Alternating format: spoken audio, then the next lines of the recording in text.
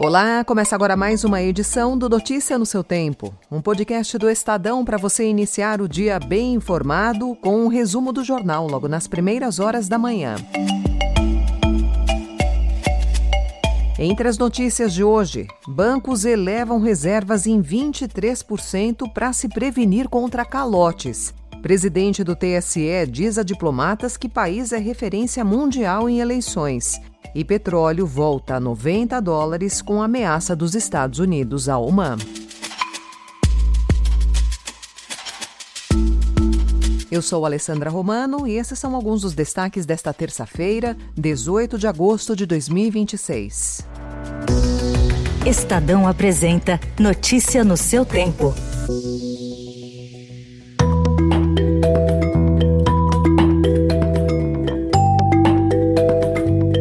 Banco do Brasil, Bradesco, Itaú, Unibanco e Santander reforçaram provisões para enfrentar um cenário mais adverso no mercado de crédito. Os 4 bancos registraram 91 bilhões de reais em custo de crédito no primeiro semestre. Foi uma alta de 23% ante 2025. O indicador considera despesas com perdas esperadas, descontos concedidos e receitas com recuperação de créditos baixados. Essa cautela reflete o aumento da inadimplência. Parte relevante do cenário ruim está concentrada no agronegócio.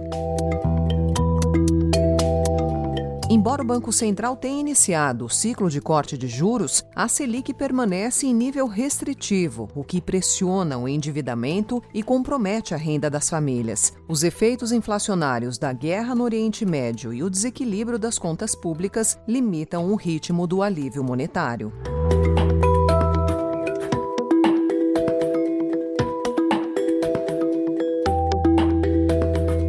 Os juros altos, as bets e a concorrência de produtos chineses colocam os varejistas na berlinda e ajudam a explicar a recuperação judicial de Casas Bahia e Marabras. A queda nas vendas e o alto endividamento agravaram a crise, que já atinge outras grandes redes do setor. A Casas Bahia tem 17 bilhões de reais em dívidas sujeitas à recuperação, enquanto a Marabras soma passivo estimado em 140 milhões de reais. Especialistas ouvidos pelo Estadão avaliam que o cenário pode piorar em 2027 e levar outras empresas a buscar proteção contra credores.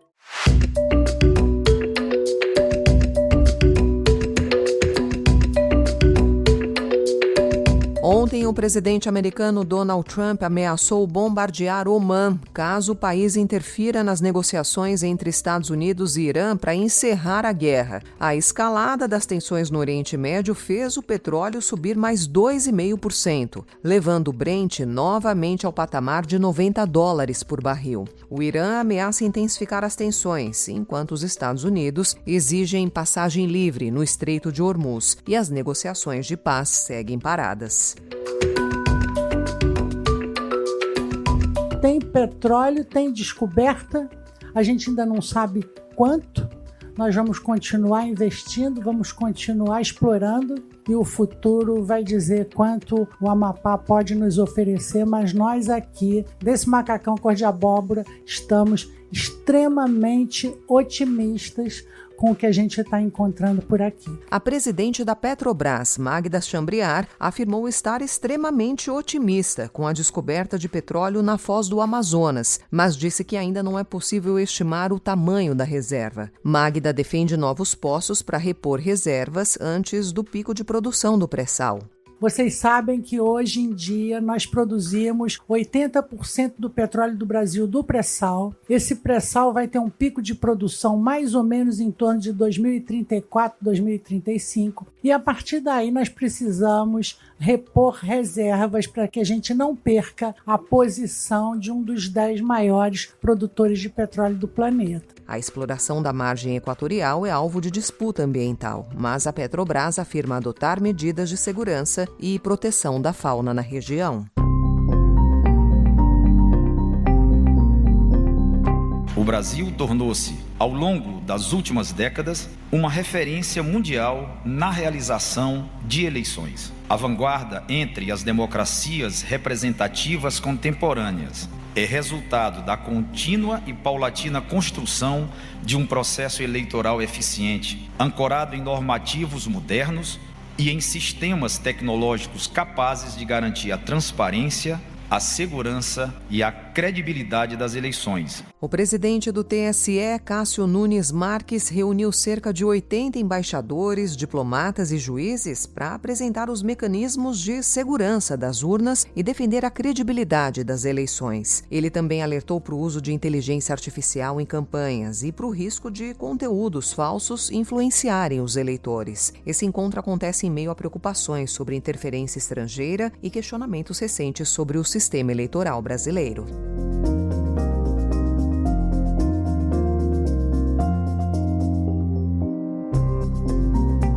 Hoje o Estadão também informa que o Discord suspendeu no Brasil o compartilhamento de tela e vídeo por determinação da Agência Nacional de Proteção de Dados, depois do suicídio de uma adolescente de 13 anos. A plataforma afirmou que trabalha para restabelecer os recursos e que colabora com as autoridades. Especialistas alertam que criminosos podem migrar para outras redes e defendem fiscalização mais ampla e mecanismos de moderação mais eficientes.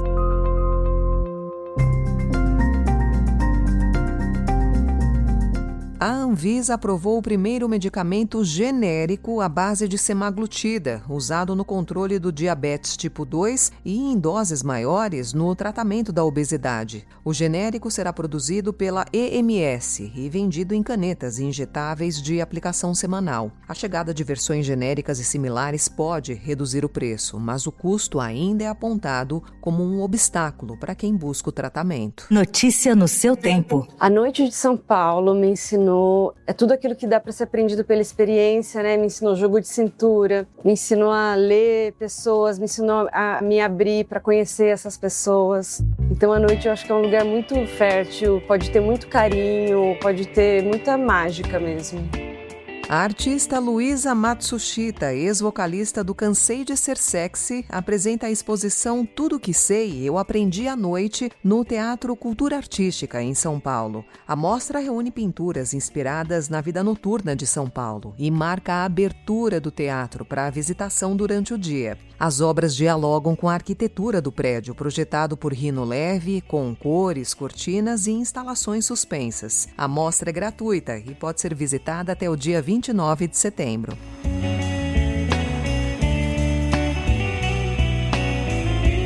Essa foi mais uma edição do Notícia no seu Tempo. Esse podcast teve montagem e finalização de Mônica Herculano e o editor de núcleo de áudio é Emanuel Bonfim. Você confere essas e outras notícias em estadão.com.br e nos canais digitais do Estadão. Um ótimo dia para você e até amanhã. Você ouviu Notícia no seu Tempo.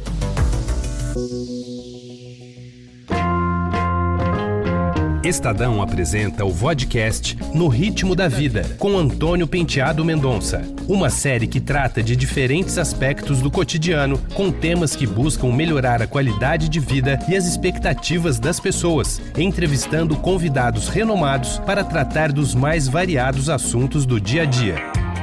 Novos episódios sempre às terças-feiras, disponíveis nos canais do Estadão e da Rádio Eldorado no YouTube e em áudio em todas as plataformas digitais. Uma realização da Rádio Eldorado com patrocínio de CNSEG, a Confederação Nacional das Seguradoras.